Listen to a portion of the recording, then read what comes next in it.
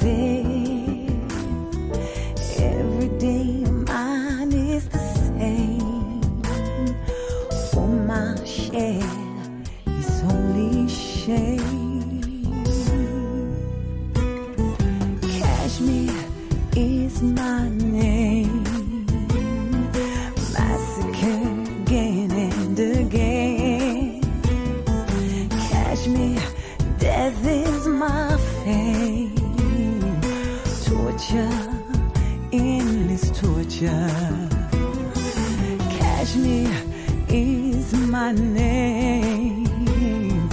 Massacre again and again. Kashmir, death is my fame. Torture, endless torture.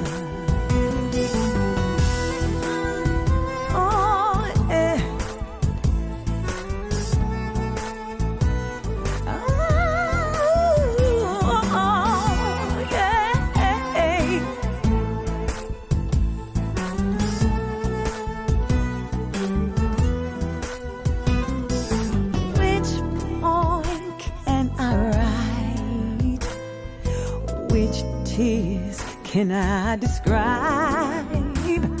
Suffering here is my sight.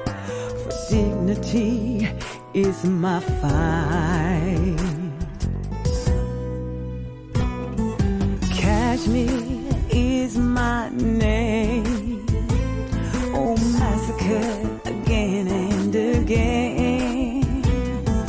Kashmir, death is my pain. Torture, endless torture.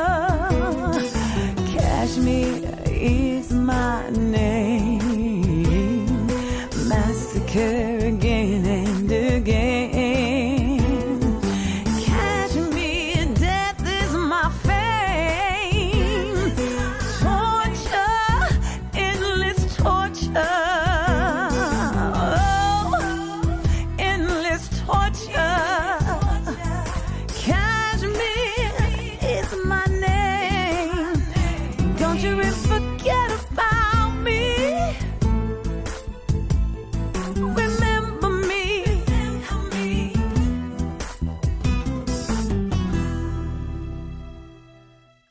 Hi, hello everybody. Good morning and good evening to all. Thank you so much for attending this webinar on human rights violation in Indian administered Kashmir by Ather Zia. Ather is a professor of anthropology and gender studies in University of Colorado, and is also a poet and has authored books on Kashmir. Just to give a context of what the webinar is going to be about. So Indian administered Kashmir is the most militarized region in the world, with the presence of around 700,000 Indian armed forces in the region. And due to this heavy militarization, there has been numerous kinds of human rights violation in Indian administered Kashmir, like disappearances, forced disappearances by Indian armed forces, rapes of women, killings, illegal detentions. And recently, in August 2019, when the Indian government unilaterally abrogated Article 370 and stripped off the region of its autonomy. After that, few fact-finding missions have gone to Kashmir, the result of which, the conclusion of which was that there were more than 13,000 illegal detentions of teenagers and lots of custodial tortures. So these are certain human rights variants of human rights violation that Ather will talk about in today's webinar. And before we go to Ather, I would like to thank Amnesty International Canada for organizing this webinar and taking efforts to disseminate information amongst our audience. So now I turn to Ather. We'll start the webinar and then we'll have the floor open to questions. Thank you so much.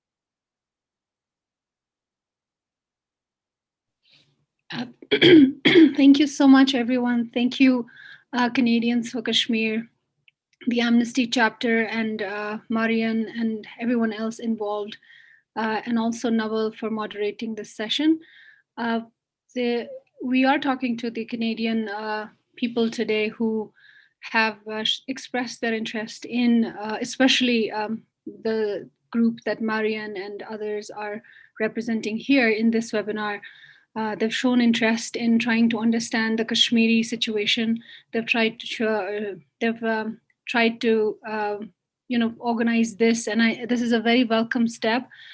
So today's webinar is about human rights violations. But I would urge the audience to think about human rights violations which are happening, but also why are they happening? The political context behind these human rights violations. So it's very, very important for us to look at what is this signifying? If there are human rights violations, they're not happening in a vacuum. There's a context to it. There's a political dispute behind it. What if tomorrow the human rights violations were to go away? Would the Kashmiri problem go away? No, that's not the question. That's not even remotely what would the result be. You know, if the political dispute is there, it's there, and even if the human rights violations ebb and flow as they always do, the political dispute needs a resolution. So when Kashmiris are looking for solidarity, they're not just seeking solidarity for human rights violations, but they're also seeking solidarity for the cause that causes these human rights violations. So I think that's very important to say at the very outset. And then talking about the kind of what kind of issues are facing Kashmiris currently. And also, I would talk about, I don't know, Nawal, how are you, do you have questions to go on, or do I just talk? I'm kind of like not very clear on that. So is it just going to be? So you can start off with an introduction, and then maybe I can prompt some questions to you. Yeah. Okay, so maybe I'll kind of like give a short introduction, because I know that the group wants to talk about a little bit of history and a little bit of what's happening. So it's very important in that way to give a little bit of a context. But I don't want to go on and on, so that people's attention spans are also very short, and this is going to be very complicated history. So just to kind of give you an idea, first and foremost, we have to think about this as a political dispute first and foremost, not just human rights violations.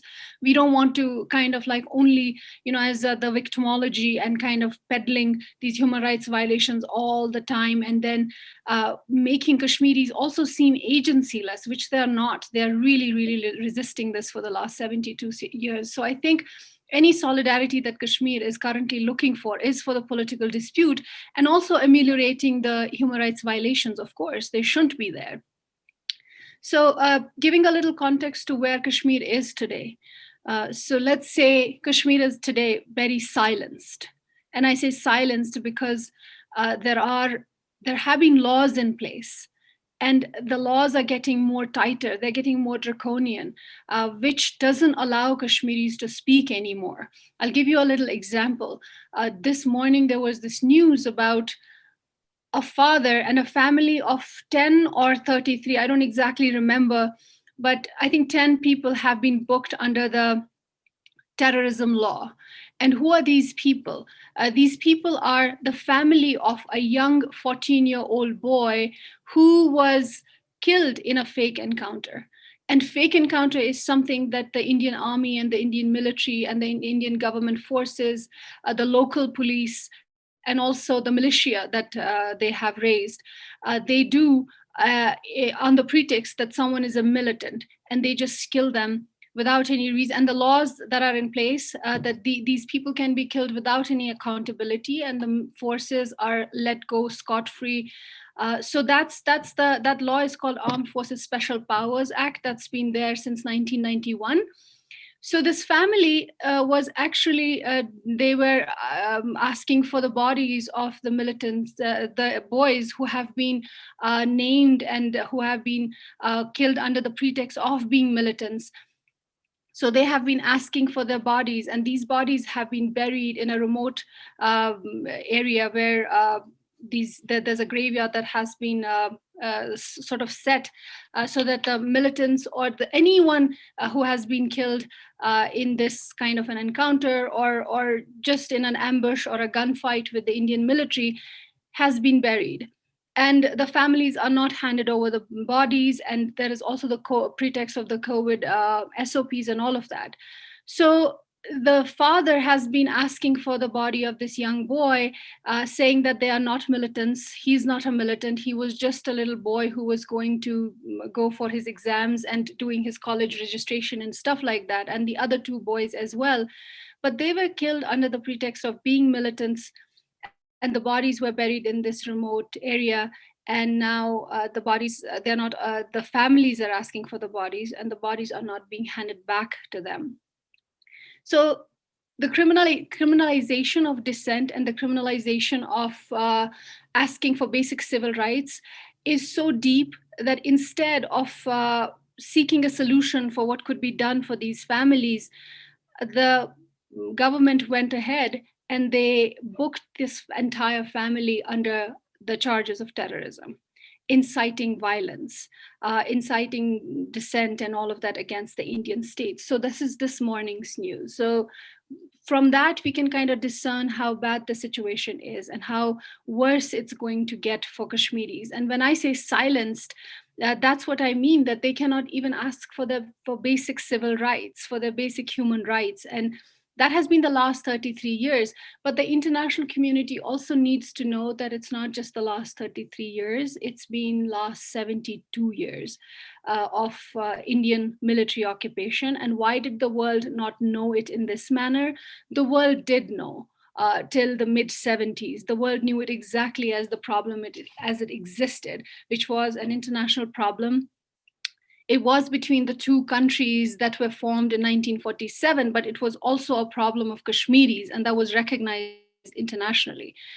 It's one of the earliest disputes, political disputes. In fact, the first two were the Kashmir question and the Palestinian question. These are the first issues on the UN agenda.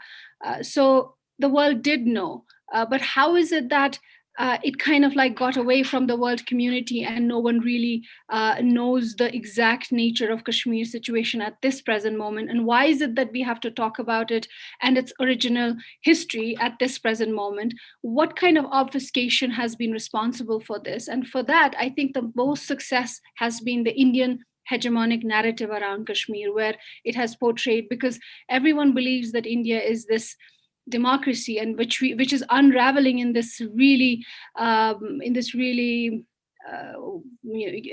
the manner it is at this present moment, with the farmers' protests going on, with the witch hunt against Muslims and other marginalized communities. So we see a new imperial heart of India at the moment. And that new imperial heart of India has been what Kashmir has been seeing for the last 72 years. It was only that the narrative and the discourse that was created around Kashmir from mid 70s onwards, especially during the Cold War issues, and then after 9/11, what happens is that it's very easy for India to sell Kashmir as a terrorism issue. And the world community also needs to understand that part of the situation, that there is huge Islamophobia around Kashmir issue.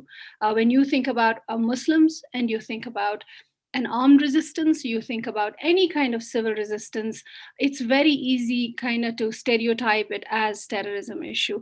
And that also is an obfuscation. So there are different levels of obfuscation that the international community at this present moment, especially the younger generation that are thinking about indigenous rights, that are thinking about solidarities like that. So they have to kind of like pass a few of these obfuscations and kind of like understand understand Kashmir first and foremost, not in ahistoric terms. They also have to understand that Kashmir issue predates the formation of India and Pakistan, and that alone should set it as one of the earliest resistances that has taken place in South Asia for a form of self-governance and democracy and local sovereignty. So that's something. And also 1947, which kind of is the beginning date for many of these issues in South Asia, because the decolonization was happening. But I think the world community also has to understand, especially people who are getting introduced to Kashmir issue, they also have to understand that decolonization as a process was a success as far as the countries were created. But at the same time, what kind of countries were created? There is a post-colonial malaise happening in these places, and there is these countries that have been left behind. The borders that were created for these countries, they are aflame. They are still under different kinds of problematics. And India is one of the symbolics of that failure of a contraption becoming a country. And Kashmir is one of the fallouts.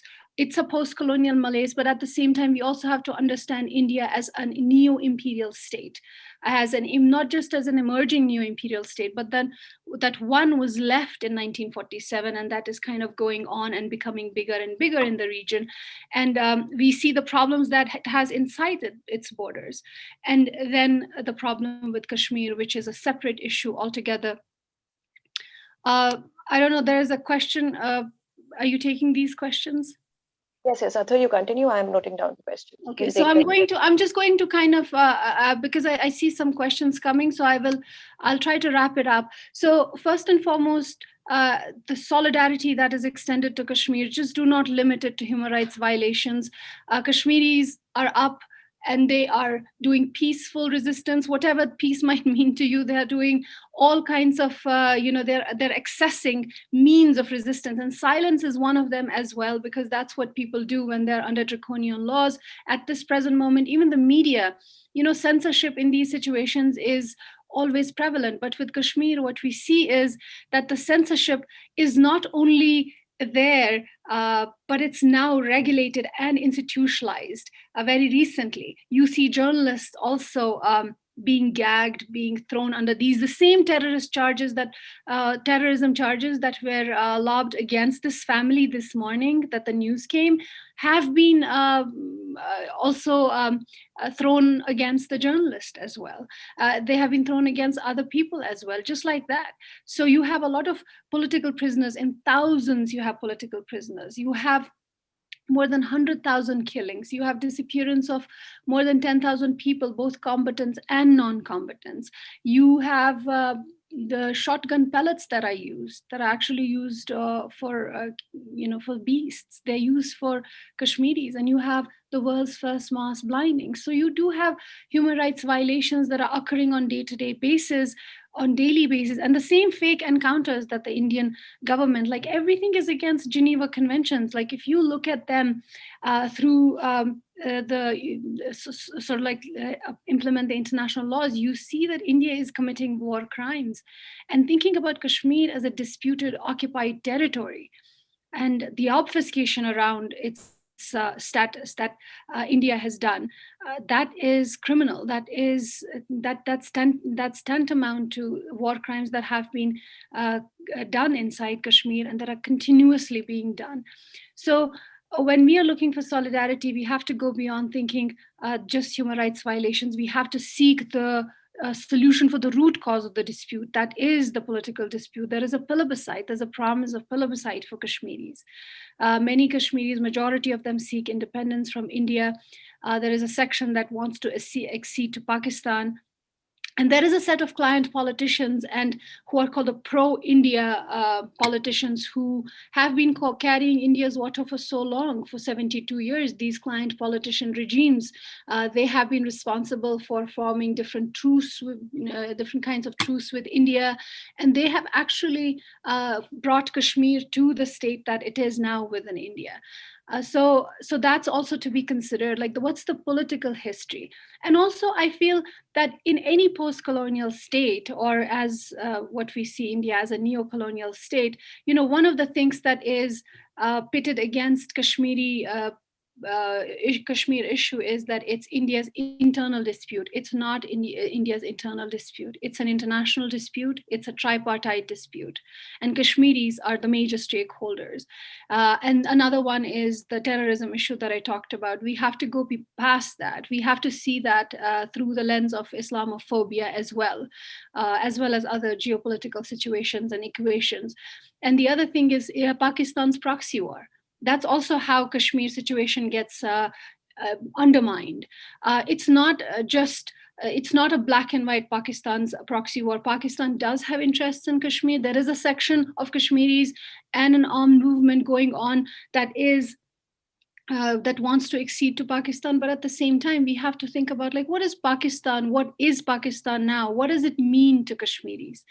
Because before 1947, there was no India, there was no Pakistan. It was one swath of a region that was left by the monarchs and then, of course, the British. So what is the connection? Like, what is the geographical, cultural, religious, economic connection, historical connections between these two places? And what do they mean for each other? And what is this proxy that India is always peddling? What does it look like? And what does it mean for people? So India always portrays Kashmiris as these deviant terrorists, but we have to go beyond these stereotypes, and we have to go beyond these labelings that have been inflicted on Kashmiris and the Kashmir movement. And I feel the solidarity that Kashmiris are seeking at this present moment is not just for the consequences of the dispute, but the solutions to the dispute. And this region really presents a chance for the world community to be very creative in trying to ameliorate this. And what could that be? One is the option of plebiscite, with the third option of independence. There are only two options in that plebiscite at the moment, which is either joining India, either joining Pakistan. But as we know, that a majority of section and Kashmiris also stand for independence. And then also thinking about this region in a very futuristic way, to think about ecology, to think about climate, and to think about what are these principalities that have been put together under different regimes, which has come to be known as the region of Kashmir, or Jammu and Kashmir, as it officially was called by India, or Azad Kashmir, that is on the other side of what the current partition between Kashmir is. So I think this is a region where where the world community, in considering ecological disasters that are happening and the kind of climate disaster that is facing the planet, and also thinking about the historic resolutions already in place, we do have a way forward, and that's what we have to start talking about. And that's where I will end. Thank you so much. Thank you, Ather. So just elaborating on the questions that we get, I'll just prompt some questions to you. So few of them, our attendees want to know about the beginning of the struggle and what kind of movement has been happening in Kashmir. So basically, when did it start? And how, so when did the struggle start? When was the starting point? And what was the reaction to that struggle of the Indian government? And how that resulted in various kinds of human rights violations. So if you could just put a bit of a focus on the beginning of the struggle and what then sort of well, came if for lack of a better date, let's put the date of Kashmir struggle on 13th July 1931. That kind of helps the international audiences, especially because Kashmir is presented in such a black and white manner, as if it began after India and Pakistan, just when they became two nations, and suddenly it's a territorial dispute, it's a border dispute. It's not a border dispute, it's a people's issue. It's about the demands of these people. And 1931, the date is very important for Kashmiris, because the date of 13th July is considered the Martyr's Day in Kashmir. And it is the day when 22 Kashmiris were killed by the monarchical forces for seeking a prototype of a sovereign democracy, basically. So that kind of predates the 1947 date for formation of India and Pakistan. So Kashmiris have been striving. When India was having its own Quit India movement against the British, Kashmir was having a Quit Kashmir movement against the monarch that was ruling under the paramountcy of British rule in India, in British India and princely states.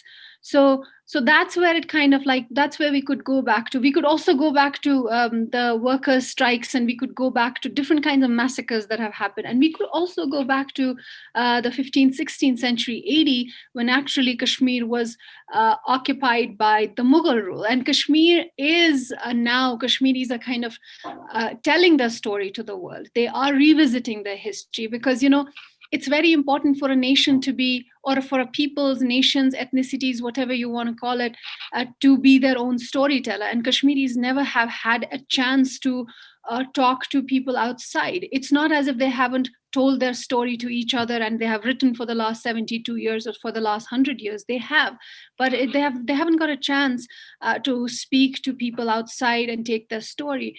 So the question is like, when did it begin? So, or what are the fallouts and basically the history? So I would say that think about Kashmir from 1930s, 1920s. Don't think about 1947, but because that kind of puts a different spin to it, and that is what India has so far used to tell the international community that it's a border dispute, and then also downgraded it from a border dispute or a territorial dispute to internal dispute. And from that, now it's become a law and order problem, which it is not. So just thinking about what was the second part of the question? One was so that's kind of the history. What was the second part? Sorry, I asked what kind of movement is being happening in Kashmir. So what are the demands of people? What is political ambition of the people of Kashmir? Well, the political ambition is the right to self-determination, and that is what has been granted under the UN resolutions as well as form of a plebiscite. It only has two options. And what kind of movement is this? So Kashmiris have been patiently, right now, you have an armed struggle going on. There is only one.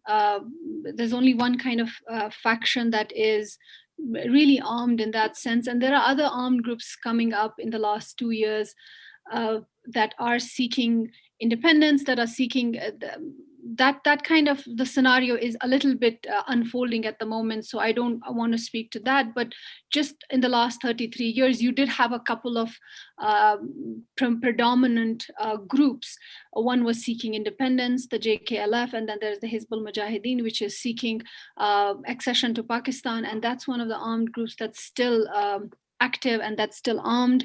JKLF has changed the way it kind of did its resistance, which earlier was armed in the late 80s, but then it kind of from 1994 onwards, they gave up arms and did a political struggle. So what was happening from 1947 onwards till 1989 when the armed struggle really began?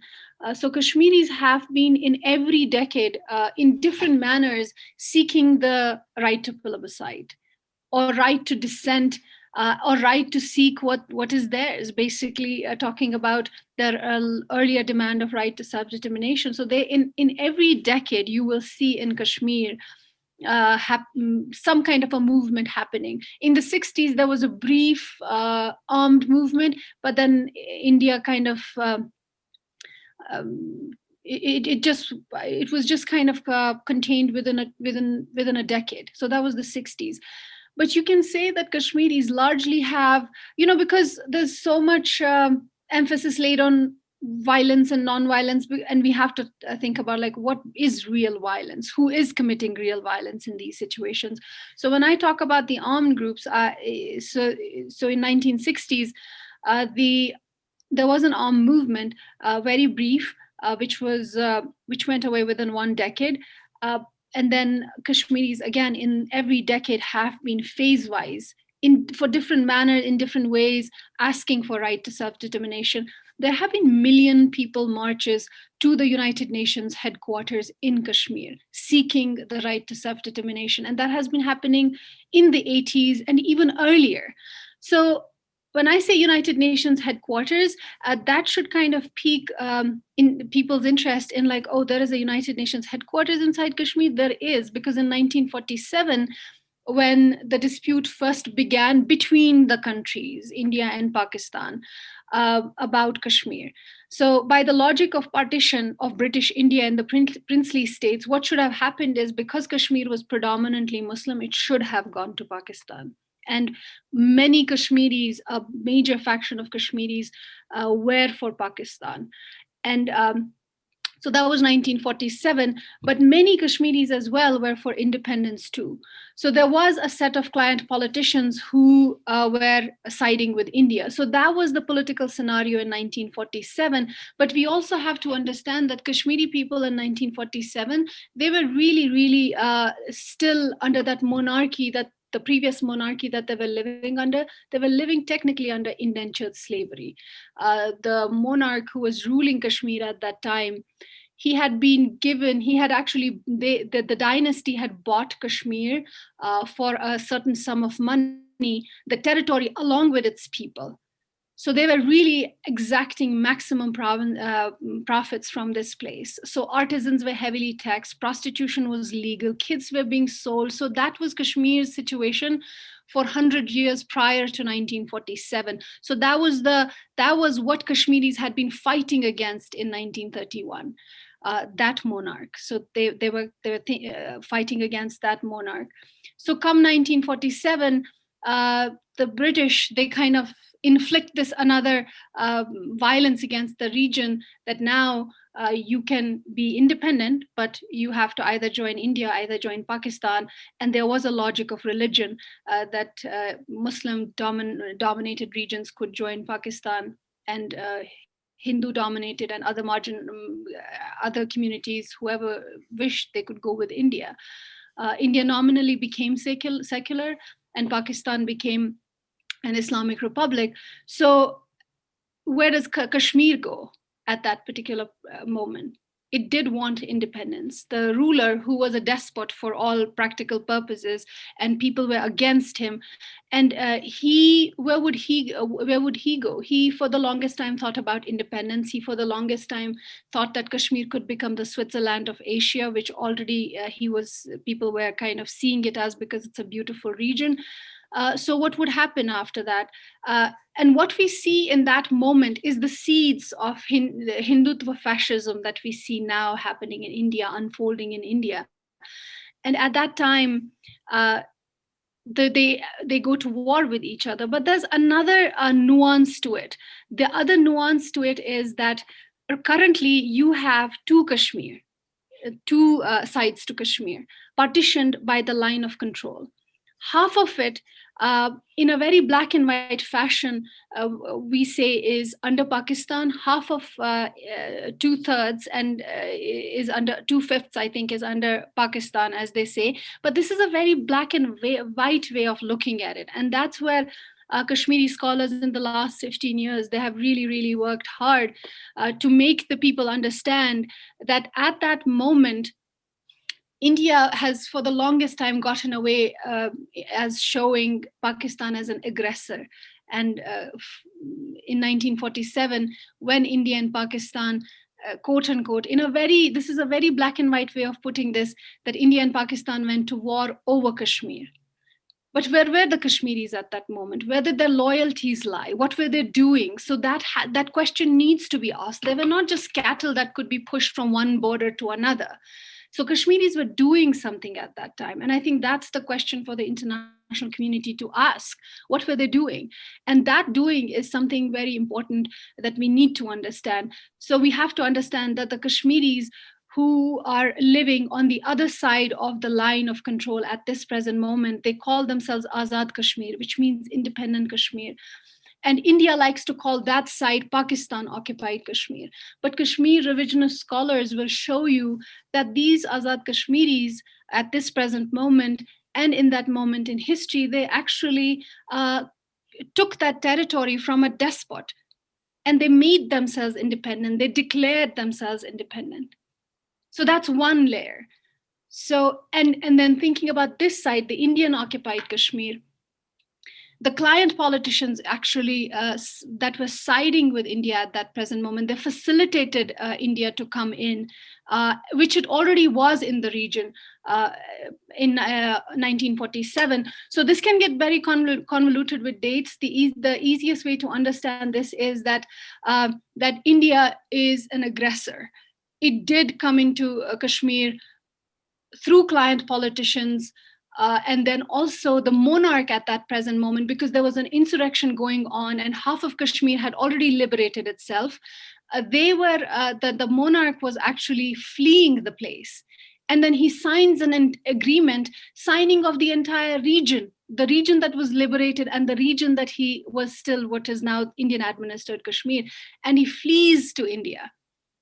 leaving this entire region, and he signs this accession treaty, which is hugely disputed, whether the signatures are there, whether the client politicians signed it or not. So that's hugely disputed. But you cannot sign away an entire people. A fleeing monarch cannot sign an entire people to a country when a part of it has been liberated.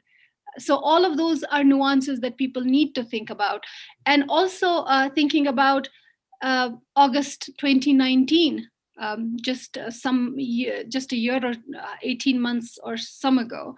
What happened then? India, so the client politicians were also able to do another kind of negotiation with India at that moment.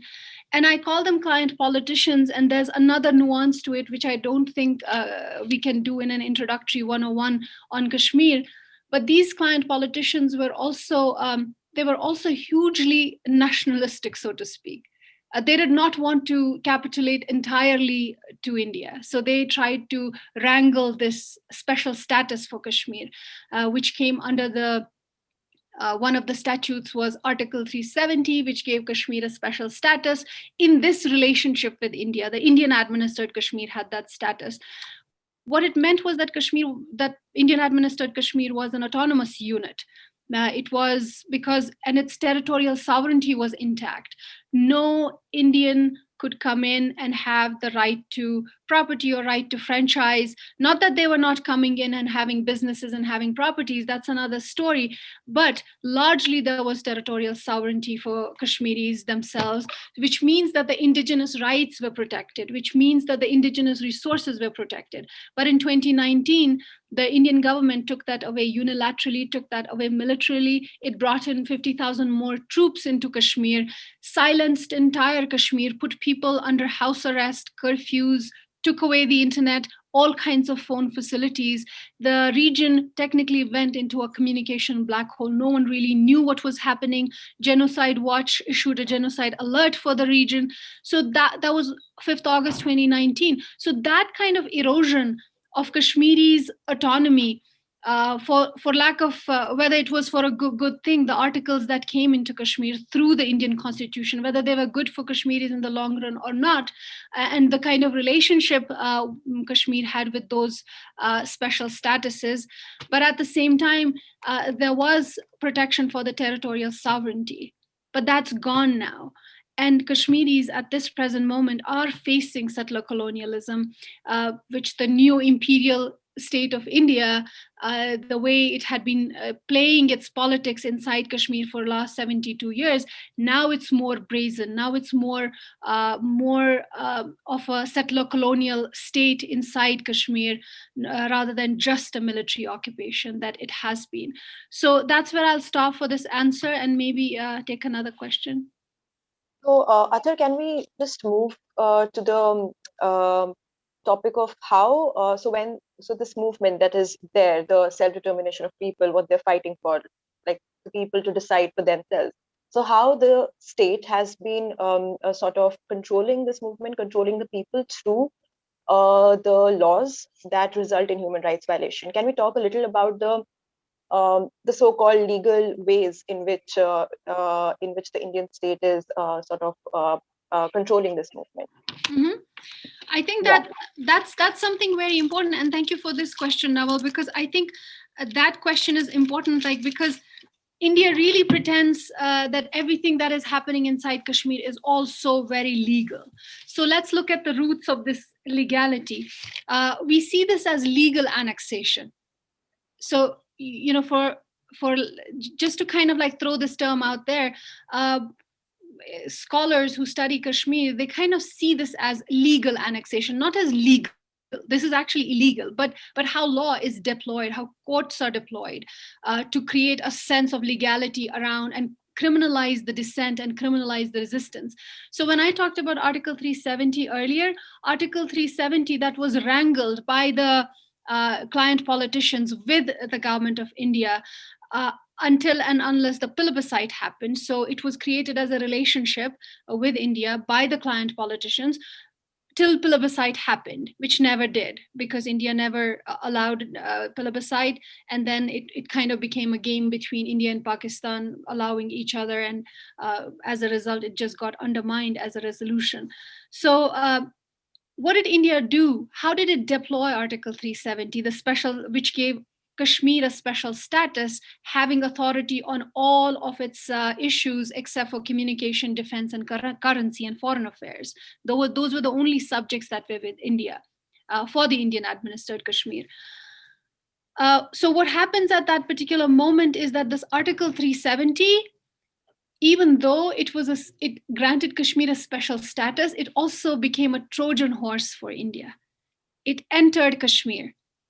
It established a channel through which India could now pass laws inside Kashmir, quote unquote, legally. So the first thing in 1949, when this article kind of was, it was finally inducted into the Indian Constitution, and this relationship was established. In 1951, India decided to have elections, not just for Indian administered Kashmir, but also for Azad Kashmir, which is another kind of anomaly, and that we all should think about, like how are these things happening? So at that present moment, United Nations told India, and you have a memo, a circular around this, a letter that everyone should read, that how are you able to do elections in this region, because the issue is sub judice with United Nations.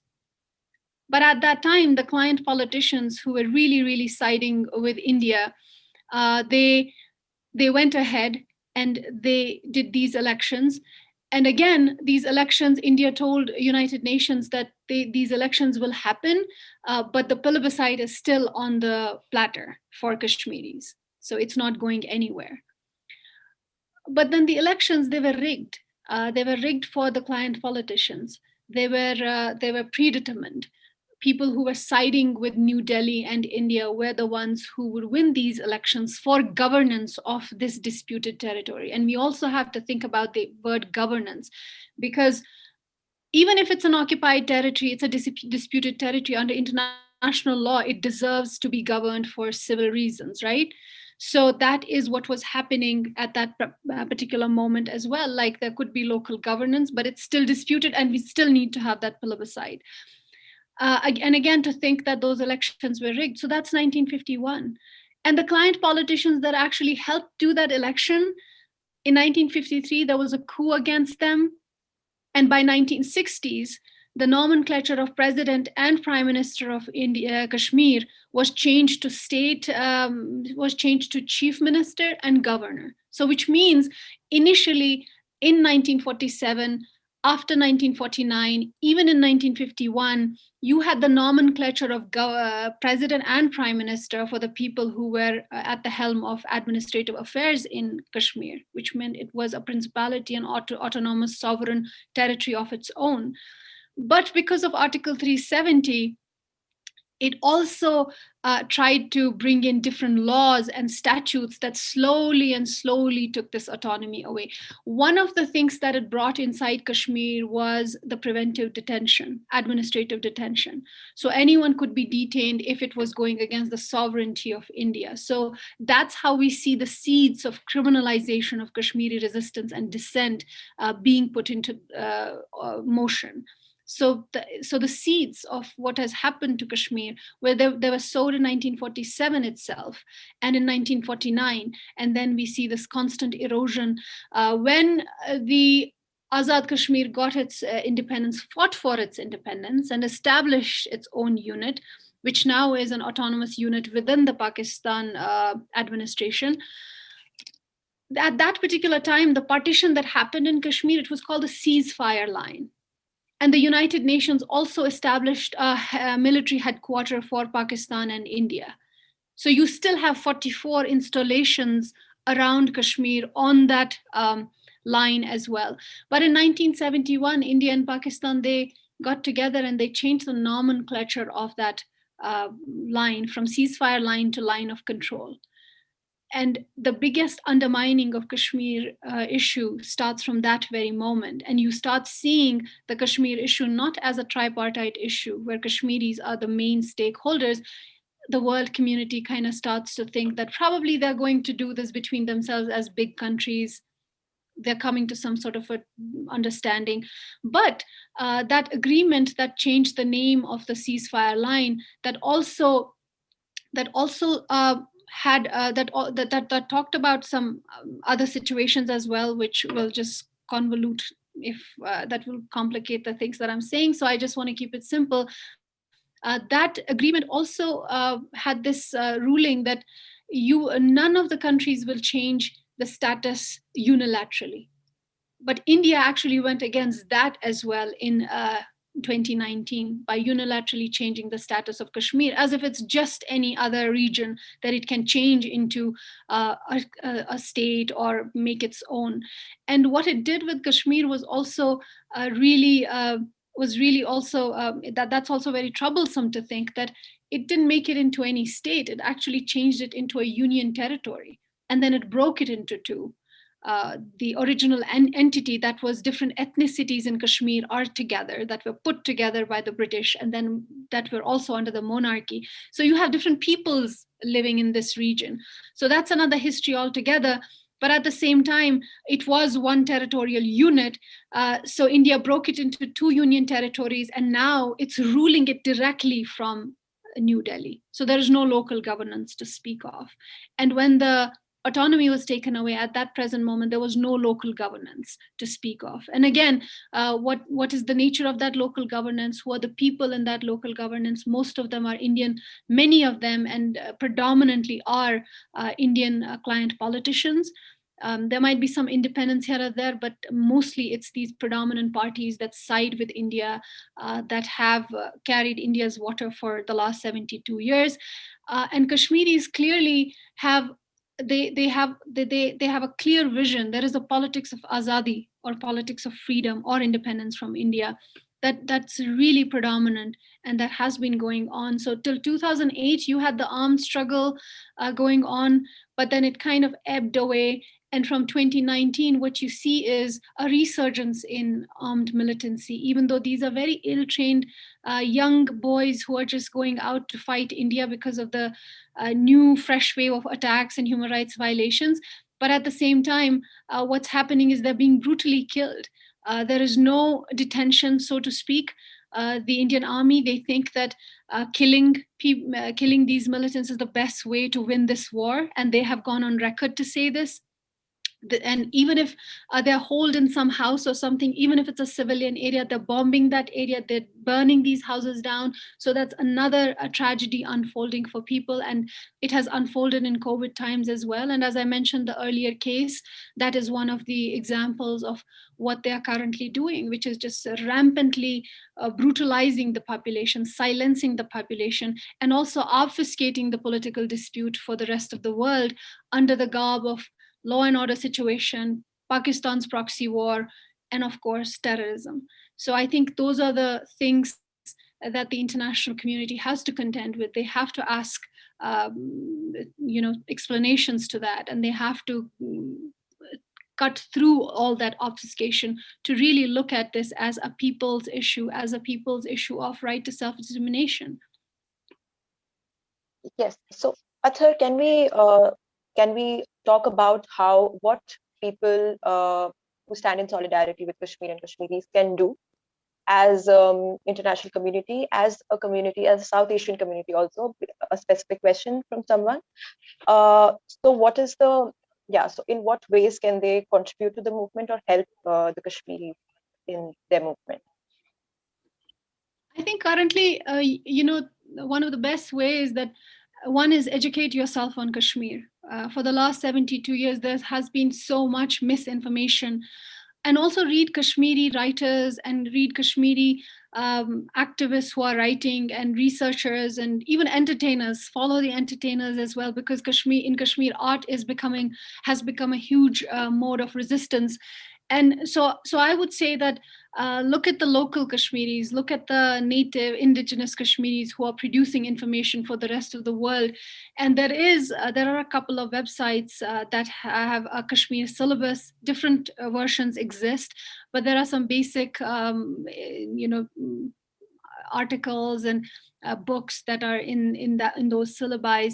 So I think that is something that, and then there is also a scholars network that have actually, I think that might be very useful for this community that is currently the audience for this webinar. There is an advocacy group, a consultative network of Kashmiri scholars who have made different reports and short versions of different reports to just introduce international audience to Kashmir issue and its various nuances, because it is a nuanced issue. It's not a black and white issue. And it's very, very easy to undermine Kashmir and subsume Kashmir under all these stereotypical banners of terrorism, just Muslims being violent, which is very an Islamophobic lens to look at this. And it has been subsumed in different phases in those manners. So there are several websites, there are many, many resources that we can give links to after this. And then how does one show solidarity after that? I think one of the main things that we can do right now is to lend Kashmiris their voice and amplify their voices and amplify their right to self-determination, and also try to think about, not just look at Kashmir focusedly, which I think is the important thing at this present moment, but also look what India is. And India, for the longest time, has gotten away with this idea of being the largest democracy. It might be in motion as far as electoral democracy goes, as far as the statutes that give people different kinds of rights and what you weave into your constitution goes. But how that implements and how that unfolds is also very important. I think people in the Western Hemisphere, they have to come into, they also have to see themselves, they have to see their reflections as well, their own relationship with the indigenous communities as settler colonial states. Because if we look at United States, if we look at Canada, both are settler colonial states. So settler colonialism is a malaise that is not just happening or unfolding in India at the moment on Kashmiris and several other marginalized communities. We see that happening in Palestine as well, and has been happening for the last 72 years. So I think that is also a form of solidarity, to see the settler colonial heart of this current political and economic order, and then to think about how this is exactly happening in the same way in Kashmir at this moment. So we have to like look at our own histories here and how we are also part of those settler colonialisms, different waves of settler colonialisms. As I sit here and talk about this, I'm also part of a settler colonial wave on this turtle island that is known as United States of America at this present moment. So these are things that we need to talk about and meet face to face before we talk about injustices. But then there is an urgency to Kashmir, and there is an urgency to having a concrete solidarity. So write to your senators, write to your representatives, and tell them that this is not just a human rights issue, it's a political dispute. And when we invoke the United Nations, and I know that a lot of people do not have faith in United Nations, of course, it's been formulated by the big powers, the neo-colonial powers and neoliberal powers. But at the same time, it is a mechanism to get your message across. So it could be deployed as a mechanism, whether you believe it or not, whether it's going to get that plebiscite done or not, or give people their right to self-determination. But I think it's very important for people to write to their senators, to get in touch with the United Nations and try to tell them and lodge this complaint in whatever mechanism that you have available locally. Because, at this present moment, Kashmir directly cannot go to United Nations because it first has to use up all the mechanisms in the region and then move on to the international courts. So you can, as people, try to initiate those little processes on how to get Kashmir issue to the international forums. And also thinking about various human rights violations that could become an entryway to talk about political disputes, like the disappearances, like the mass blindings, and and just general these war crimes that India is inflicting on Kashmiris at this present moment, committing inside Kashmir at this present moment. You don't have to kill combatants the way they're killing Kashmiris at this present moment, whether they are combatants or not combatants. We have to find mechanisms to take this to the international fora. So that is where the solidarity could be. So, and then human rights violations is not the end and be all. They have to be used as or deployed as entryways into talking about the Kashmir situation and finding a political solution to a political dispute. So I think information and also looking for processes in your local areas and governance, and talking to your senators and talking to whatever is available to get this to the international attention, and also thinking creatively about this region. Like, what could this region look like? Who could these people be? Like, how could the provincial, local sovereignties and democracies look like? Do they have to be the same behemoth of countries that are really creating violence on people, or could it look like a different sort of a federation or something? So it's the possibilities are immense, especially on a planet which is facing ecological disasters and is going to face them more and more. Yes, so Ather, we have a question from Amir. What is the future of human rights violation in a space where neoliberal ideology is gaining momentum, where you have more liberals coming in? A lot of our new generation is sort of identify themselves as liberal. So what I understand from the question is, probably, do you think this human rights violation is going to increase in future, or is there going to be a little bit of decrease in human rights violation because of solidarities from people, because of pressure from people? And also, if before that, if we could just talk a bit in detail about the various kinds of tools of militarization that have been used by Indian state in Kashmir, like disappearances you talked about, killings, illegal detention, CASOs. So if we could talk a little bit in detail about the various kinds of violations, and then what, according to you, is the future of this this pattern of militarization in Kashmir? So you want me to talk about like various kinds of human rights violations that are occurring? Just a little bit about how these disappearances, these are forced disappearances. So who is the perpetrator, and during So one of the things that we have to understand is that the basic human rights violations that is happening inside Kashmir at this present moment is not giving people the right to self-determination. That is one of the originary human rights violations that has occurred against Kashmiri people. So that has to be noted. And the other human rights violations, the physical violations that we see, if you go to Kashmir today, it's just like a camp. It's a death camp, basically. And everyone is mocked. Everyone is in crosshairs. So according to Armed Forces Special Powers Act of 1991, which was actually instituted way back in, it's also called the colonial constitutionalism. When the British left India, they also left its marks of colonialism inside its constitution. And the AFSPA is one of the manifestations of the colonial heart, the neo-colonial heart of India. It's also, by scholars, it's also known as colonial constitutionalism, which allows a democracy to do what it is doing in Kashmir. It should always be a question for people who are thinking about India as a democracy. Like, how is it possible even to do what it is doing, the farmers today, and also what it has been doing to Kashmir in the last 72 years. So thinking about the violations that are allowed. So in 1991, when the Armed Forces Special Powers was actively implemented in Kashmir, everyone is a suspect. This kind of a conversation cannot happen inside Kashmir. There has always been a law in place. It's actually a small statute that the police inflicts on Kashmir all the time, which is called Section 144. 4 or 5 people cannot meet together and kind of have a public assembly. You have to have permission.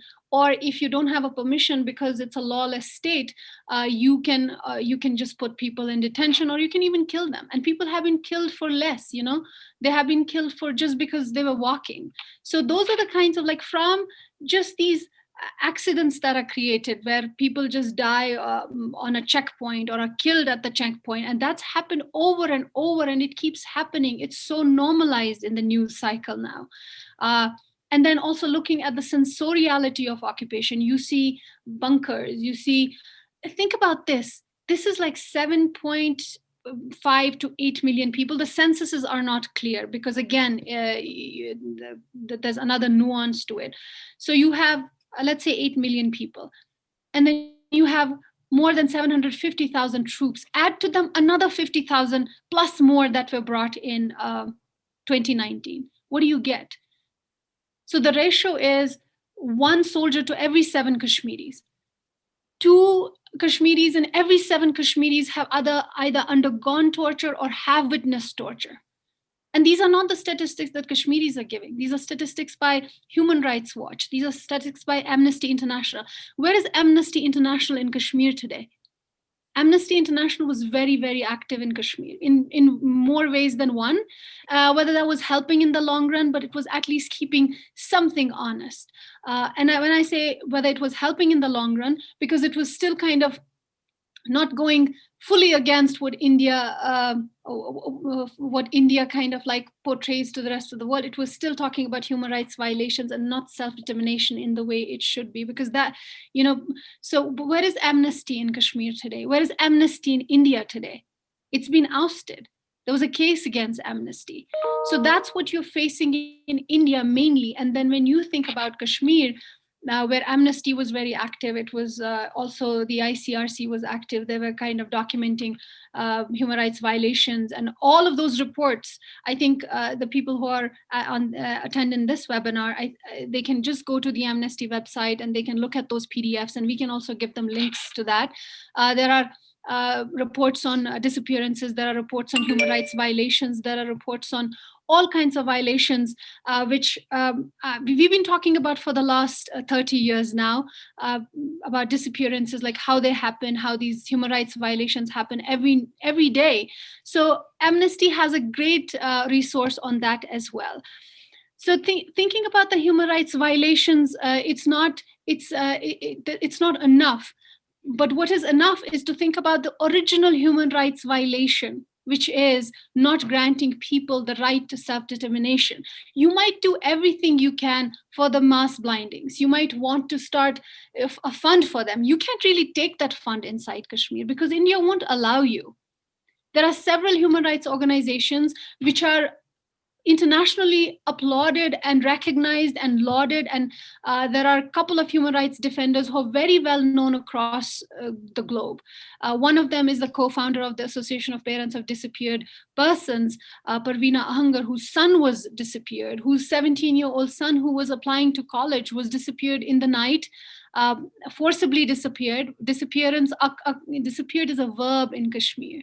So you just go, you can kidnap anyone and disappear them, and there's no accountability. And that's what happened to this lady's son in 1994. And afterwards, she co-founded this movement.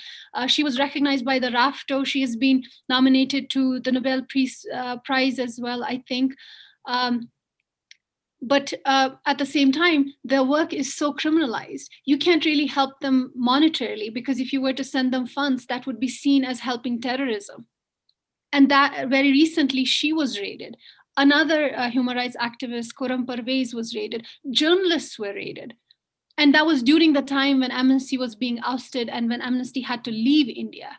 Amnesty is not active in India anymore, as far as I remember. And at the same time, it's not able to work in Kashmir on ground.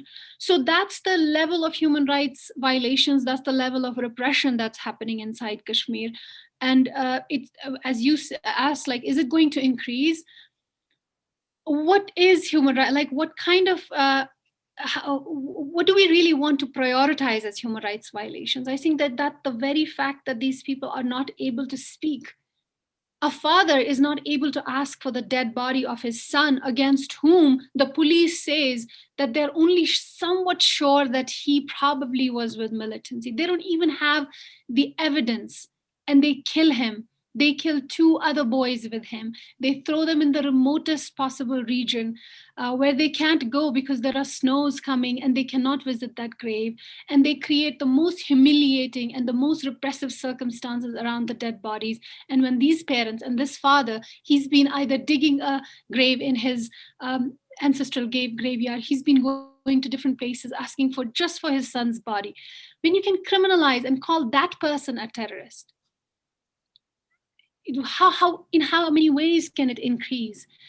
And what is it that we are going to prioritize? It's only if we think about only about like, are human rights violations going to increase? India uses technology of torture in every phase. There's a new technology of torture. There's a new technology of torture. Early on, like from the 50s and the 60s and the 70s, they deployed different means of handling Kashmir. India never ruled Kashmir in that manner. It has always handled Kashmir. That's what they call it in their own policy documents. They handle Kashmiris.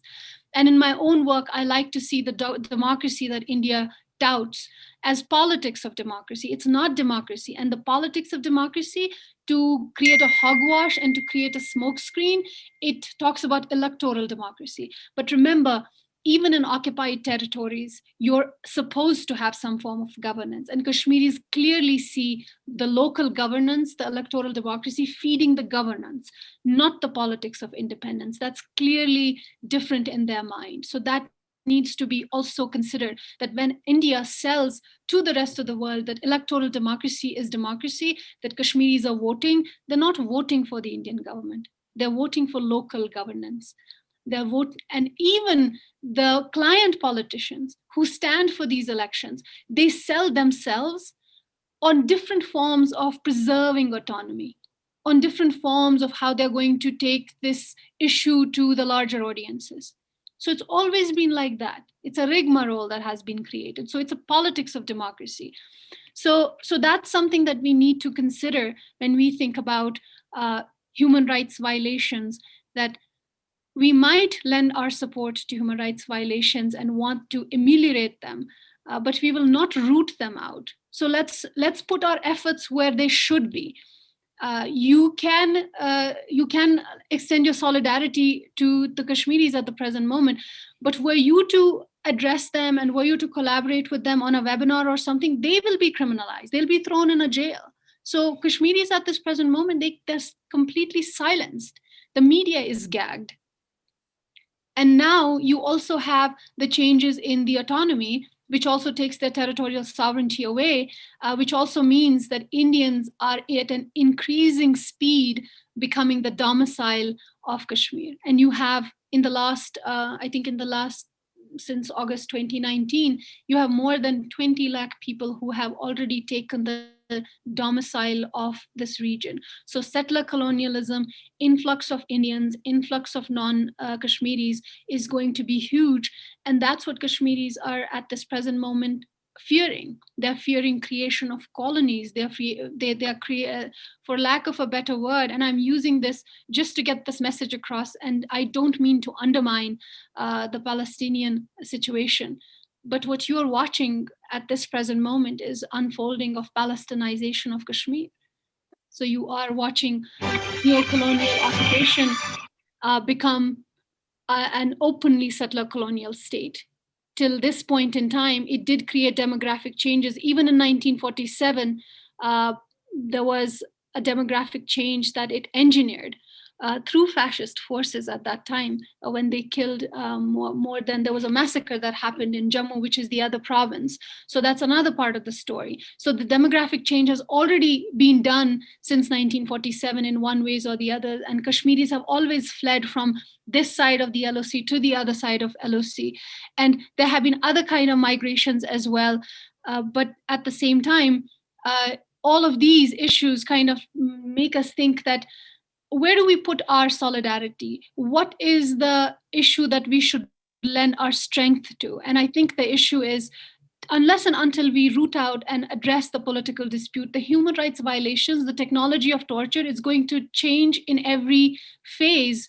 And India is going to use different things, but it's not going to help us think about the political dispute. So I feel while we should be talking about human rights violations, we should also be talking about the basic human rights violations of not giving the people the right to self-determination, and which is causing all of these problems. Thank you for that, Ather. So, so our next question is, so you spoke about clients of occupation, client politicians, the tools. These politicians are also a tool of occupation in Kashmir. So we have a question about youth icons that are being produced in Kashmir and how these icons have been influencing the youth of Kashmir away from the history of Kashmir, the politics of Kashmir, this movement that has been happening. So yeah, so just like the politicians, just like they have their illegal armies in Kashmir, how this youth is contributing or helping the state in solidifying their control more in the region. Well, I feel like they will be using all of these ways to contain the Kashmiri resistance, but at the same time, I also see it as a major failure. If it was not so, when you talk about youth icons that are being created, it's really I don't know even how to think about them, because they expose themselves, like within a few years, these people get exposed as being installed by India in various capacities. So at this present moment, what we see is there is, let me explain to people who don't exactly, this might be a question coming from a Kashmiri, but for international audiences, let me just explain this certain operation that Indian Army started doing in 1997. It was called the Operation Sadbhavna, or it was called the Operation Goodwill. So it's winning hearts and minds of Kashmiris. And not just so there is direct violence from the military, from the militia, from the police forces, but at the same time, there is indirect violence that all keeps happening. And what is that indirect violence? That is appropriation of Kashmiri culture, cultural imperialism, cultural hegemony that is created by India through various means. And also this Operation Goodwill involved army doing militarized humanitarianism. Now that's for us to discuss, like how military can be humanitarian and whether it can be humanitarian in an occupation. So that has been going on. So there are different ways. The government is also putting in place many things like sports. Sports is such an innocent thing, but it's deployed as a tool for winning hearts and minds. What the army is doing, it's organizing cricket matches, it's organizing football matches, it's trying to take the youth of Kashmir and kind of plug them into these sports, into these that are not just innocent sports but are actually tools that are deployed by the state, so that there could be an interaction between the army and the kids. There could be an interaction between the police forces and the kids. So even the police has a civilian kind of, I forget what the exact name is, but they also have a policy to do this kind of work. So the police force in 1989 was 17,000 cops. Today, you have more than 100,000 militarized police personnel inside Kashmir, plus the military and everything. So which means that more than the people in the education, more than people in health, you have people who are in the military and the police forces. So what kind of so that's the kind of ethos you're creating. It's a militarized society, heavily militarized, the military occupation is everywhere. And they're also taking over entertainment. They're also taking over education. They're creating these coaching centers where people, like tutoring centers. They're creating sports academies, and they're creating different kinds of entertainment academies, and they might not give them their name, but they require people to run it. So there'll always be like, even in a hugely resistant population, there is going to be a set of people who will be willing to carry the occupier's water. And you do find them. You do find them amongst the emerging youth. You have always seen them, like when I talk about the client politicians in 1947, they're the same ilk. They're the same people. They might come from the same power corridors, from the same homes, even. Or there can be new people wanting to have quick profits made off the Indian army and the Indian government, basically. So that iconization has happened a lot in the last, I would say, from 2008 onwards. Because from 2008 onwards, what also happened parallel was that there was the armed struggle from 1989, but in 2008 you had this resurgence of grassroots civilian movement that was joining, that was actually known as the Kashmiri Intifada, to kind of like show it parallel to what was happening in Palestine, how people joined, not just having an armed resistance, but also having a cultural resistance, having a literary resistance. So from 2008 onwards, you see the resurgence of, you see a lot of writing, you see a lot of poetry, you see a lot of, even if you don't, when I say lot, I mean a resurgence of Kashmiri voices in literature, in film, in scholarship. So kind of the first Kashmiri Intifada, so to speak. So what does the government of India do? Like, it has to create some sort of parallel, it has to create some, so it has to combat that. It has, so then you kind of like start finding these people who are going to do that kind of work for you. But if you ask me, it really doesn't work, because the resistance in Kashmir is cultural. It's deeply cultural. It's woven into the DNA of Kashmiris. It doesn't last for long. There have been several people who have tried to kind of like be this mantle of new liberal, kind of this progressiveness, very close to India in different manners. But people see through that. These are all counterinsurgency tactics, and which India is deploying either through military means or indirect violent means. But for people, Kashmiris are hugely canny political people. They understand all of what the India is deploying inside Kashmir at this present moment. And even as they're silenced, they're not silenced in the manner that they don't have agency. They have devised different ways of creating resistance and to get their point across. And one of the ways, which is considered to be really a way of self-harm, is the boycotts that Kashmiris do. When they can't do anything, they don't leave their homes. They just stay inside and do what is also called a civil curfew, which is called a hartal, or just a boycott. They don't even do business that day. It is a form of self-harm. It creates economic issues for a lot of Kashmiris who are daily wages, especially, or even big businesses. But at the same time, they have no other tool, but they do get their point across with whichever means. But India, we also have to think that India is a big state.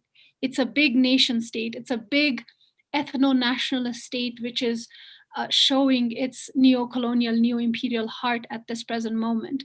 And it's investing everything that it can to create a different form of narrative, to create a different form of cultural narrative. But I don't think that's going to really work.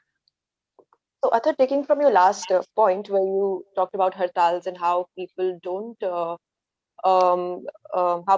do business on these days on civil curfews. So, there's a question asking of the cost of human life while fighting this movement for self-determination. So, what about the cost of Kashmiri human life and their loss of economy or business while they're fighting for self-determination?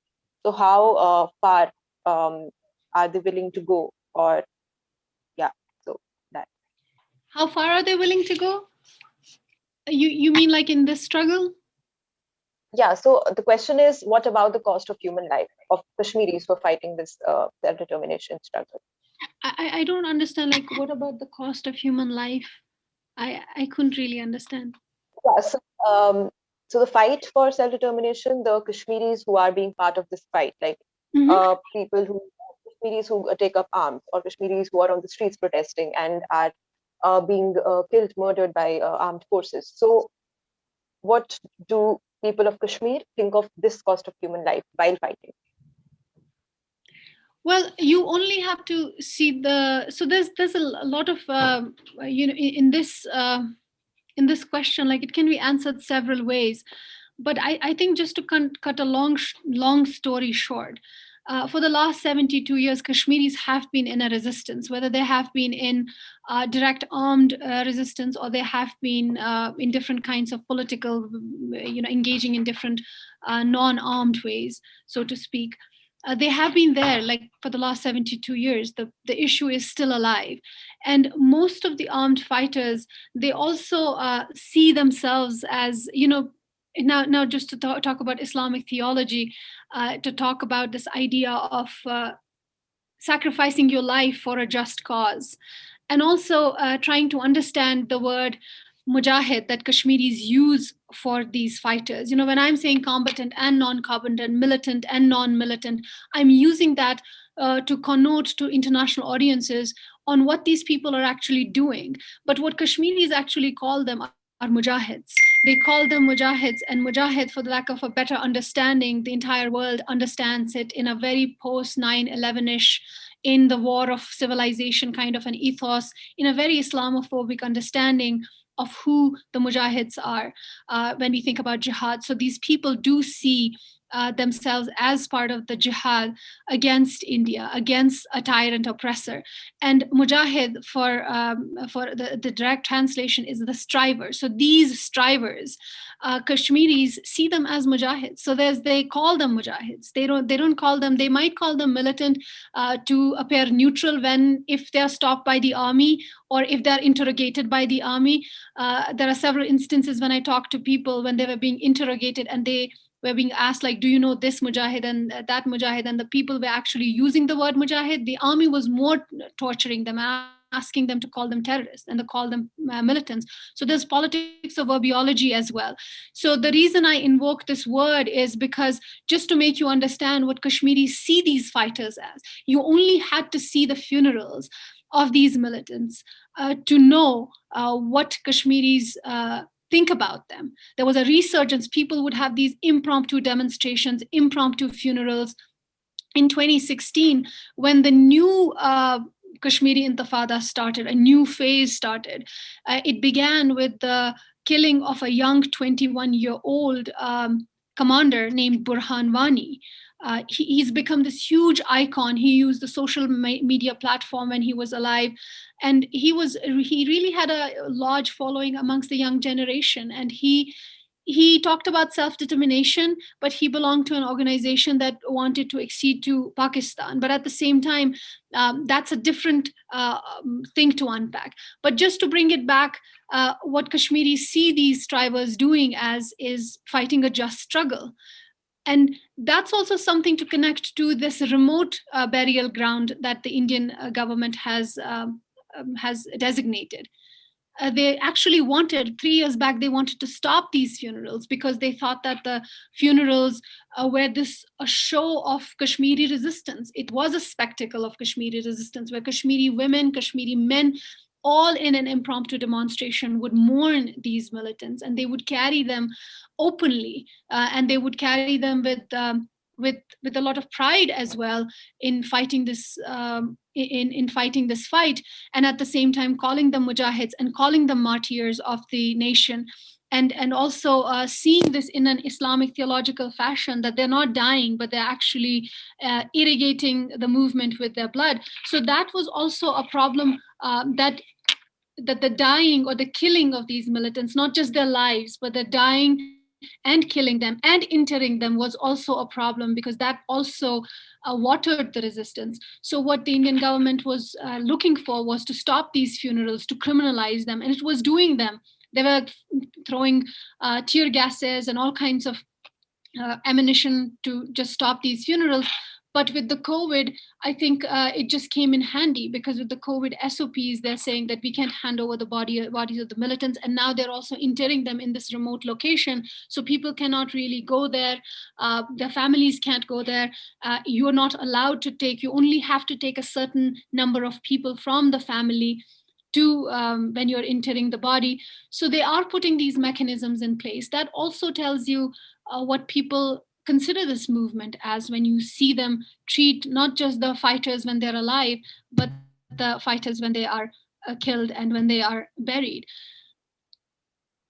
Yeah. So I don't know if that answers the question, but I thought that was the only way to answer it. Yeah, I think it does.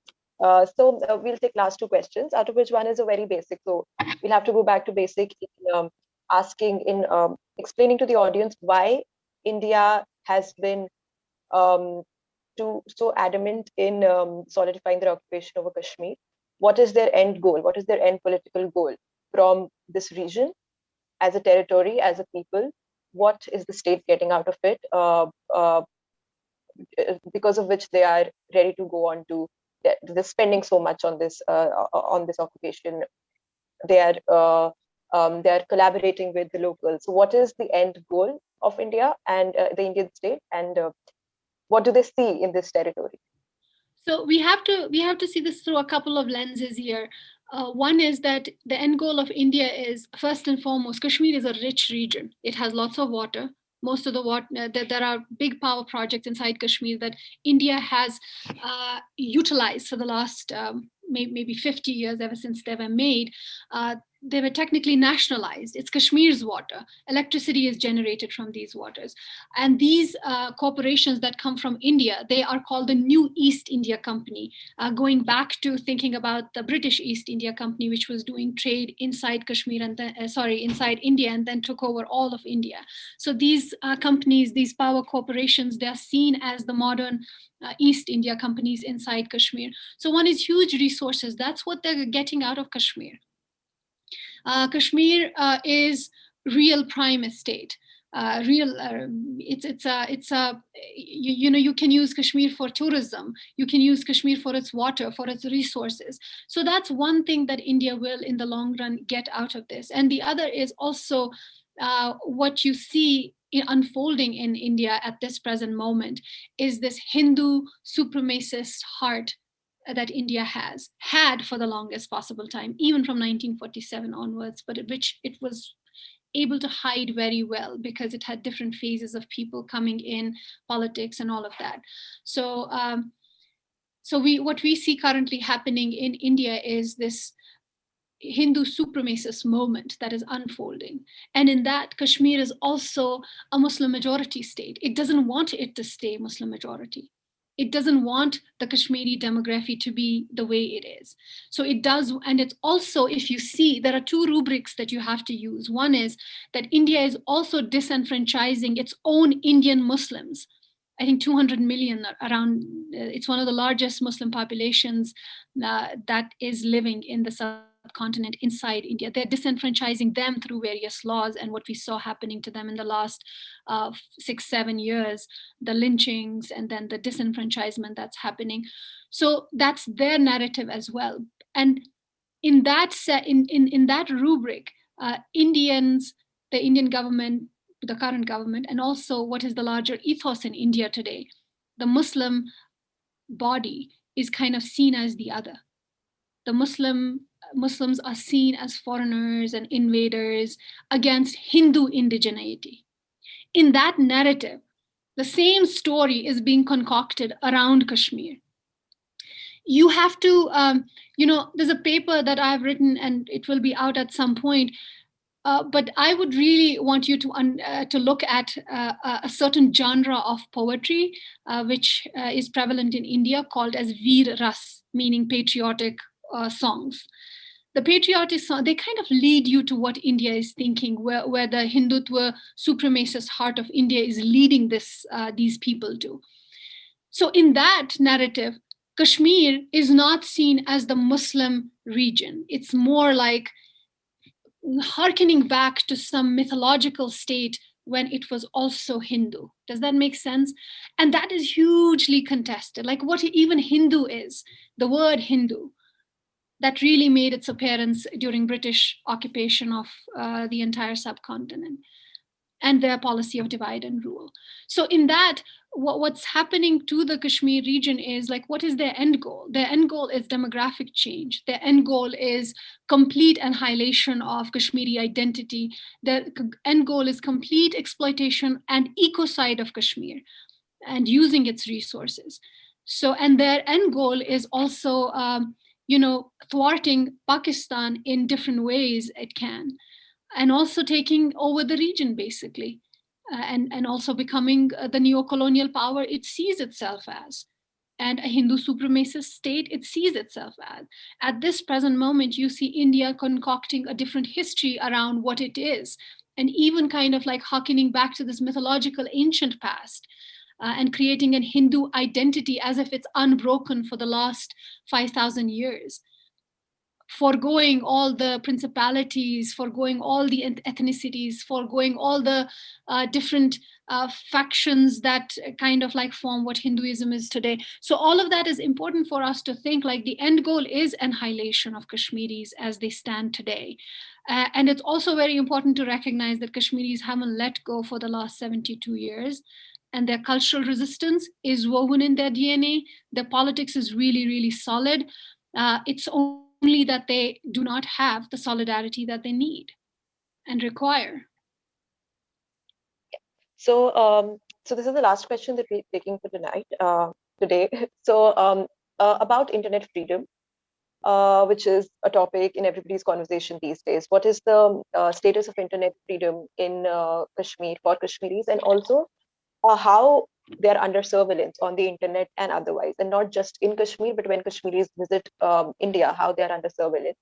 And also, if you could touch upon a bit on the policy that came a couple of days back of this force that the state is constituting, who will, um, report to the police about anti-national stuff that is being posted on the internet.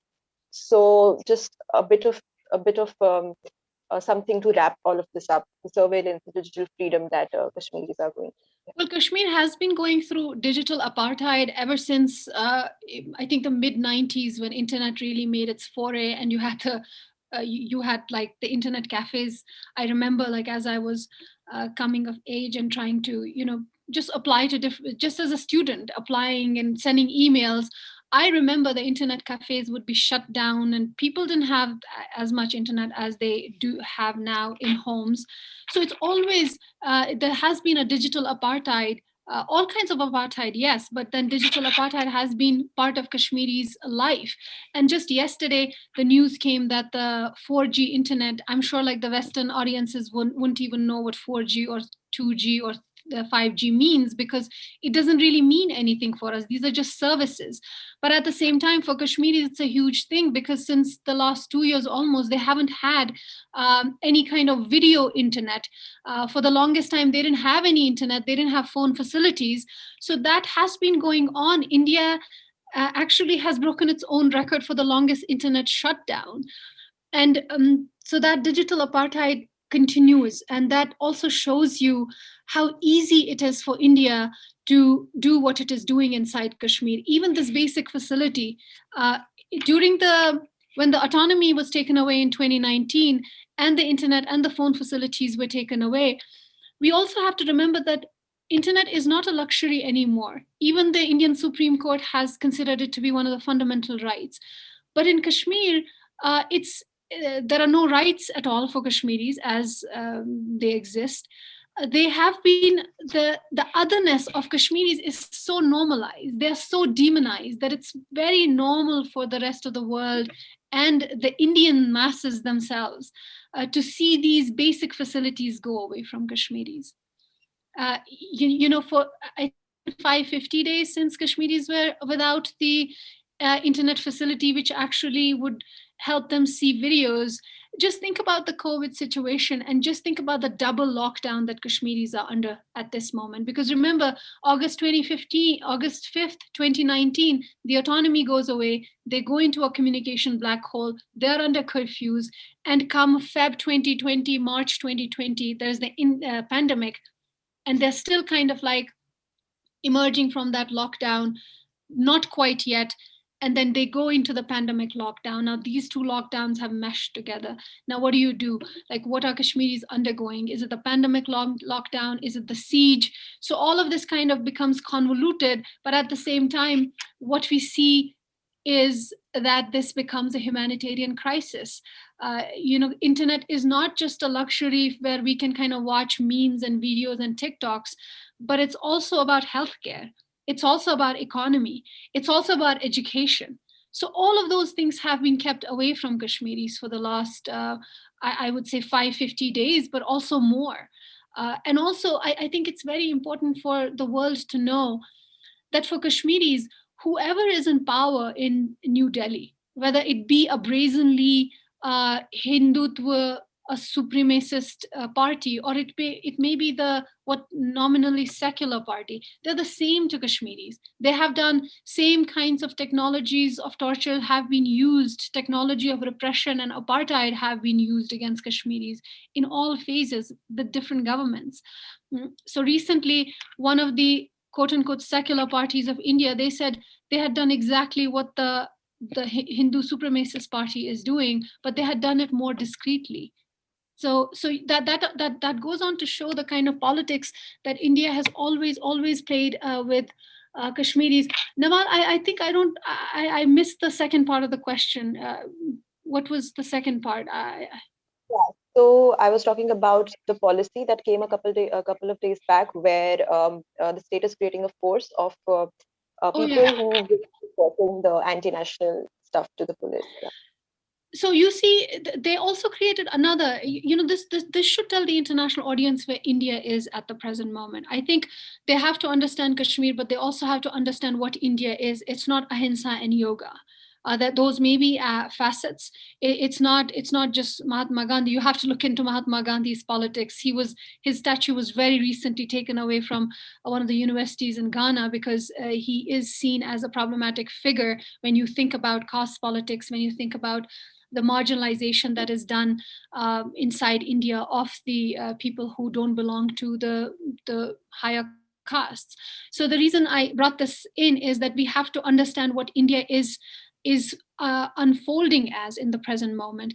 There was one law that was passed, or one of the statutes that has been prevalent in the last few days, is that people have to volunteer. They have to actually become these volunteers to note if on social media or anywhere there is anything being said against India. And mostly it goes against Kashmiris because Kashmiris are trying to use these hugely problematic social media to say their bit, and they don't have a voice, so they were trying to use it. But what we have seen in the last 5 years, increasingly, as social media really gained traction, despite its own problems and complications, what we saw happening is that there was increasing crackdown on use of social media and digital apartheid that India has made a policy in case of Kashmir that has become Kashmiri's life itself now. Kashmiris don't expect the internet to be on or even the phone service to be on as a rule. It's an exception now. So in the current moment, anyone can, I can write a post and anyone can kind of pinpoint me and hand me over to the police, and that has happened to Kashmiris in the past. And it's not just the Indian government. The Information Technology Act of India, they kind of already were working with Twitter and Facebook to take down posts, to take down accounts. And my account, I'm sure the Kashmiris, if there are Kashmiris here, our accounts are always like compromised. They are deactivated, they're deleted. That's always done to us. That kind of digital apartheid is part and parcel of all Kashmiris' lives. But at the same time, now you kind of see a civilian warfare being created where ordinary Indians, ordinary people are going to report other ordinary people talking about so you kind of see how it's trickling down, not from the administrative levels, from the police, from the army, to really just ordinary people. So you kind of see, and that is going to happen all across India. On the other side, the parallel thing that is happening is that the Ministry of External Affairs of India has passed another circular, I don't know if it's a law at this present moment, where you cannot talk to foreign academics on Zoom. You can't have webinars like this with foreign universities unless and until you have a permission, and you cannot talk about India's internal issues, internal matters. So now Kashmir is an internal matter, and we know that these webinars were happening. I was part of a lot of webinars where Indian universities were trying to, some still woke Indian academics, they were trying to understand and kind of engage with us. They won't be able to do that. So that's another side. So you kind of see, I think at this present moment, we really have to bring to light what India is unfolding as, the new imperial, the Hindu supremacist heart of India, and the kind of violence it has wreaked on Kashmir for the last 72 years under the garb of secularism. And I think the client politicians initially who sided with India inside Kashmir, they were really taken by their secular credentials.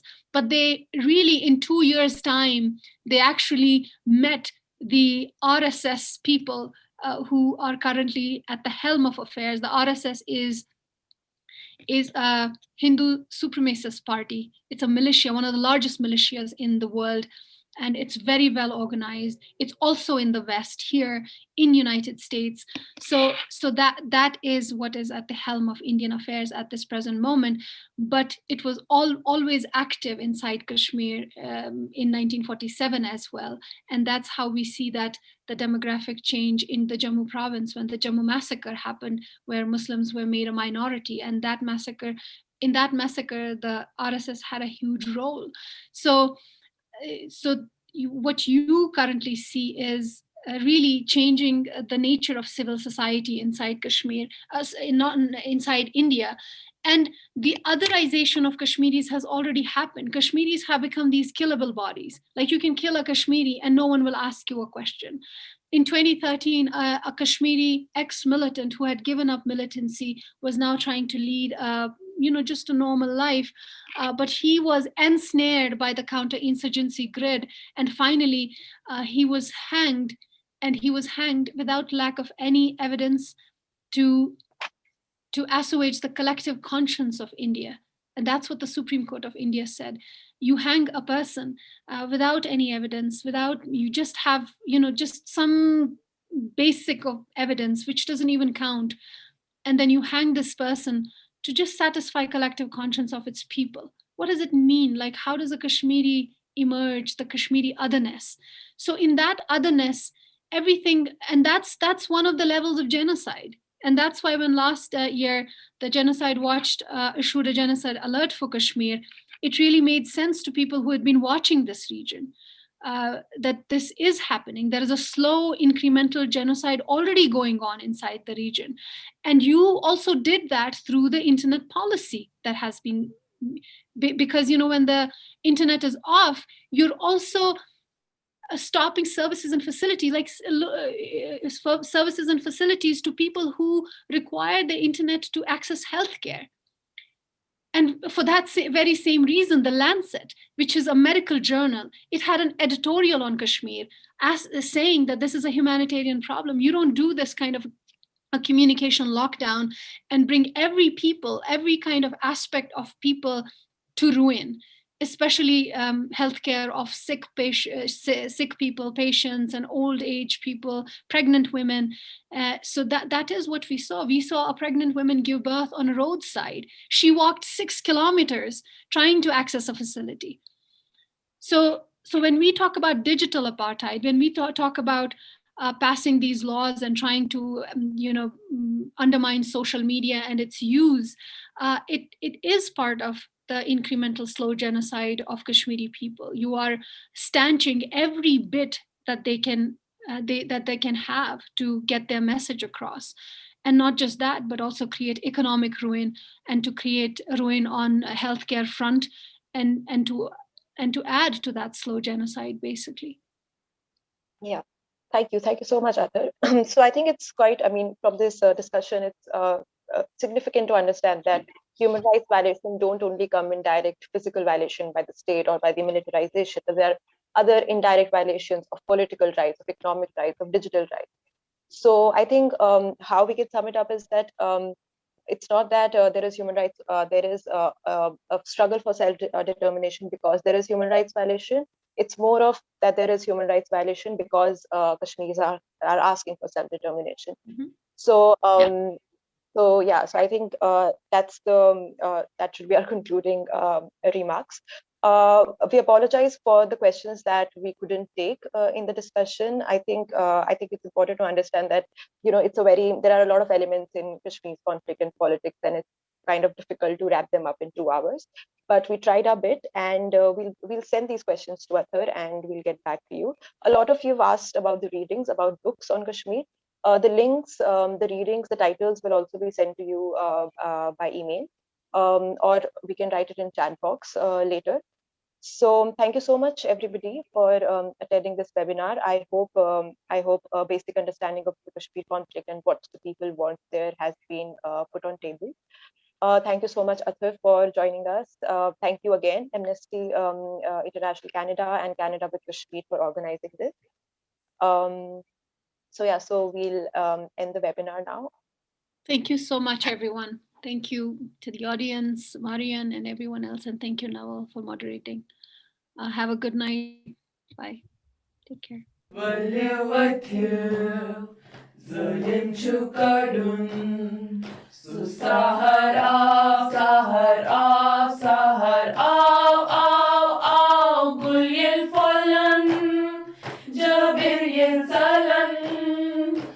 Shahid Bachan Karon Kashir Azad So Padmatil Kunant Poshpor Chinnamashmit Sanyan Zenan Maschi Yad Yad Yad Yim Tairam Naivuk Vapas Na Ainvuk Subhan Shaman Devan Timman Aisinad Saint Paul bin Golab, Zunt Aftab, Kabran Mastrai Bukwanuk Himchinamolum Afrat Aisnuyamanan, Hardoch Watan, Alam Hetch Pakan Kush Shasavar. Dushman Mastelet, Sinan Masdulet, Hatem Mastir, Gasish Kutsa, Krak, Krak, Krak, Israeli Taki, Chutuyaz Maman, Esti Hoshmut Falastini Intifad, Ali Singh Tumbli, Abdullah Tandi, Tandi Astim, Muftiyan Hikab, Kab, Kab, Dunya Hasovu, Sasi Pornovu, Esti Dohai Prazno Tuhun Apuzad.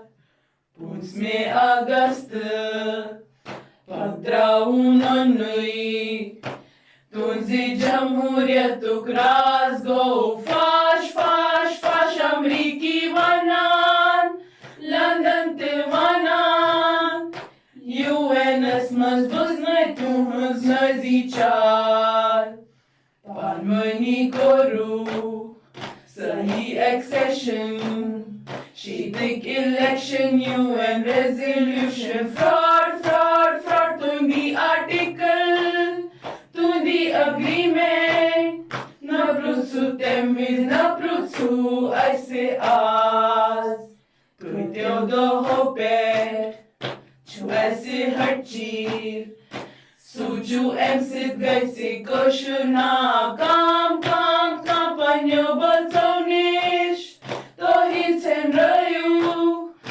Estilok, Chicken Maz in Kalab, Dorago Kunui, Garishnu Kabri, Zamini Asnasun, Mutitulani Azab Ashik Mashuk, Kairuk Joda, Hera Nair Dilan Mashuk Istirab, Asfatu Pota, Beonu Tada. PSA and Kurta lecture kar bar makan soin zayu garu gujrayu tote bagan hi chutkara ehtijaj waqt chugawa tahrik nauka tezis mujadok muhim ye pakan ye rawan tezis